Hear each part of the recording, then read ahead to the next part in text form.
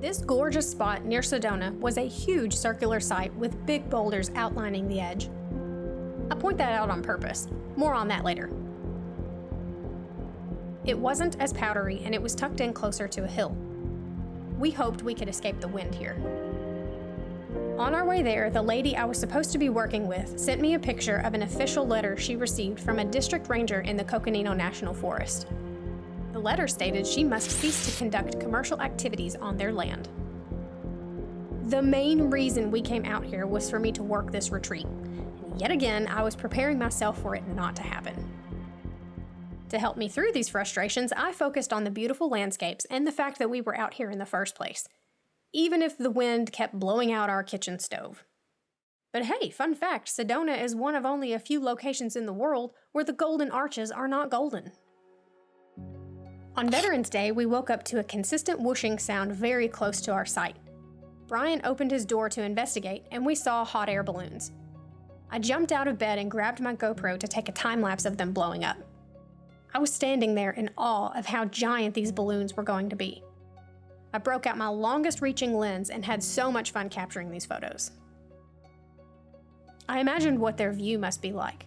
The slow drift upwards, the warmth of the sun finally hitting their skin. Everything was really, really peaceful and quiet. I was on a high from the fun I was having with the camera. It was the peak of my blissful ignorance. And then, across the campsite, I heard Tank alert on something. I saw his fur stand straight up, and I was too far away to stop what was about to happen. We should not have had him off the leash. Trust me, I know. He went into guard dog mode and took off after something, and despite all of our efforts to recall him, he was long gone. So I jumped in the truck to search for him on the trail, and Brian searched on foot. The whole time I'm repeating to myself, don't panic, deep breaths. Time felt like it was moving so slow and so fast, but I finally spotted Tank and called him over to the truck. And after a quick assessment, I could tell he was bleeding from his paws, and he had some needles sticking in various places. I could pull those out no problem. But what I was really worried about was the fact that he was sticking his arm out and he kept yelping, and there was a bump on his arm. There was no cut, but there was blood, and I was really worried that it was a broken bone trying to poke through the skin. So I'm calling all of the local vet offices, frantically trying to get a hold of somebody because it was Saturday and Veterans Day, so everybody was closed. And the closest one that was open was an hour away in Prescott. So I'm explaining to the lady what happened. She's keeping me very calm. She's being great. She took all of his basic information so that we could get him in quicker once we arrived, and we hung up the phone. And I kid you not long after I hung up with the lady at the vet, our kid calls from Kentucky and says, "I'm okay, but I totaled my car in an accident last night." So after speaking to her for a little while and making sure that she was okay and that we had a plan to move forward, we hung up the phone with her, and I looked at Brian and I said, "I would like to get off of this roller coaster, please."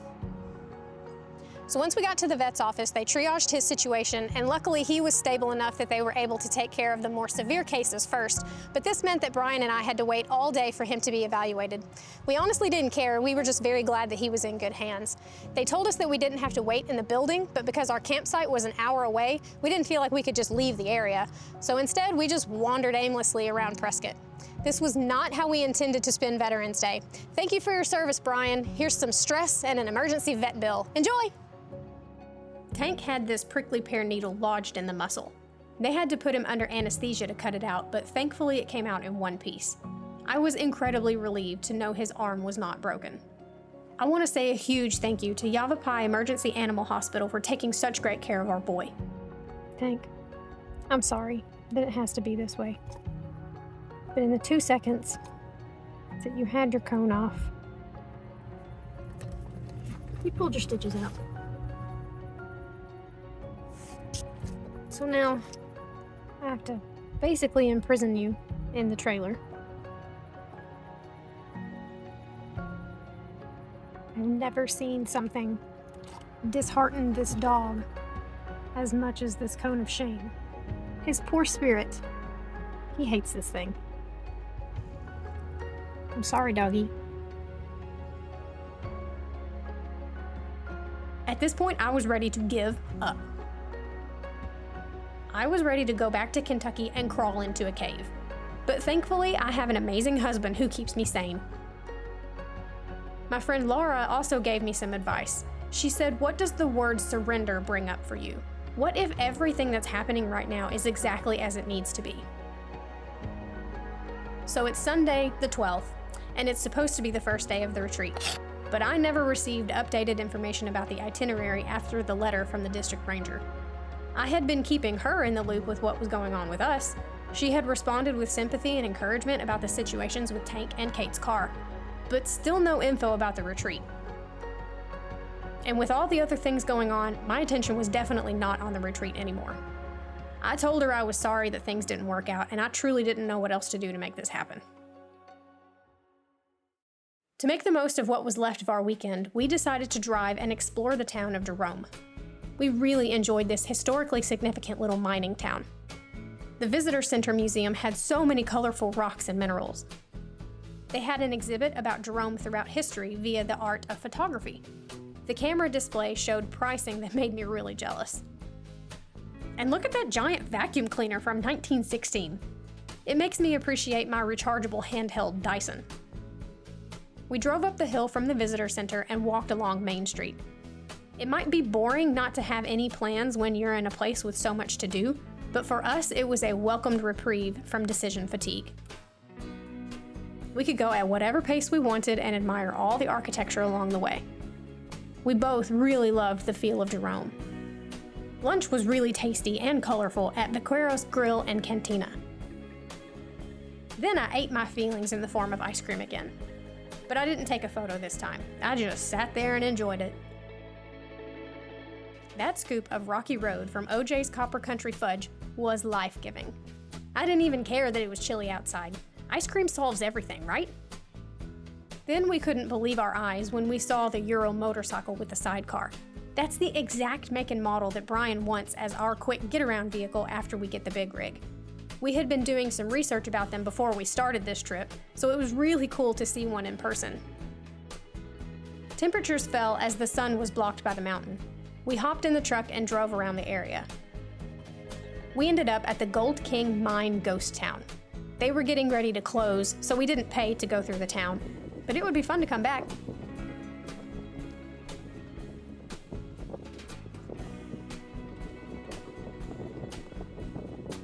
Back at our campsite around 9 p.m., we noticed two vehicles slowly making their way towards us. Their headlights bounced up the trail. We thought maybe it was other campers trying to find a spot, but instead it was a sheriff's deputy and a forest ranger. Turns out we were in an illegal spot. They educated us about the issues, gave us advice on different resources to use in the future, and said we didn't have to leave until the morning. The next morning we packed up and made our usual rounds to gather other people's trash at the site. If the deputy and ranger came back to make sure we left, we weren't going to give them any reason to think that we were the ones who left all that trash. They had taken our driver's license and plate information, plus the make and model of our truck and trailer. We weren't cited, but they definitely put our info into their system.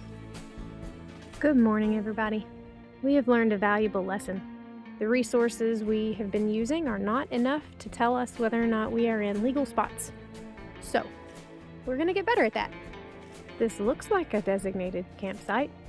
Looks like a developed area, and it is a developed area, but it is in fact not somewhere that we can camp. So, we have packed up this morning, and we're going to leave. This was a great spot while it lasted. At least we're not in trouble. They were nice. We appreciate that. We decided to go back to Cottonwood, even though we knew it would be powdery dirt with potential for windy conditions. Using our newfound resources from the officers, we discovered the first Cottonwood site, the one with a fire ring and a circular driveway. Yeah, it was also illegal in the Coconino National Forest. Lucky for us, there was a large plot of Arizona State Trust land on the same road as the original Cottonwood site. Literally the same road, just separated by a cattle guard and fencing. We knew people are allowed to stay on Arizona State Trust land in developed sites as long as you've paid for the yearly permit. We bought ours back when we stayed at the spot near Marana, so we knew we were safe. We spotted a vacant legal spot, but it was difficult to tell if it would be trailer friendly, so I walked from the road to the site and gave Brian the thumbs up. As I turned around, though, my jaw dropped when I saw 4 bags of trash and an empty 5-gallon metal container of water sealant tossed in the bushes. One of the trash bags was ripped with the contents strewn all around. We picked it all up and also found a tarp buried in the dirt. I don't think I will ever understand why people think that this is okay to leave at a campsite. I don't understand this. It's people like that who ruin it for everyone else. We settled in, and thankfully the wind blew the powdery dirt away from us this time. In part 4, we decide where to go next, since the retreat isn't going to happen anymore. And we'll halfway scratch off a new national park from our list.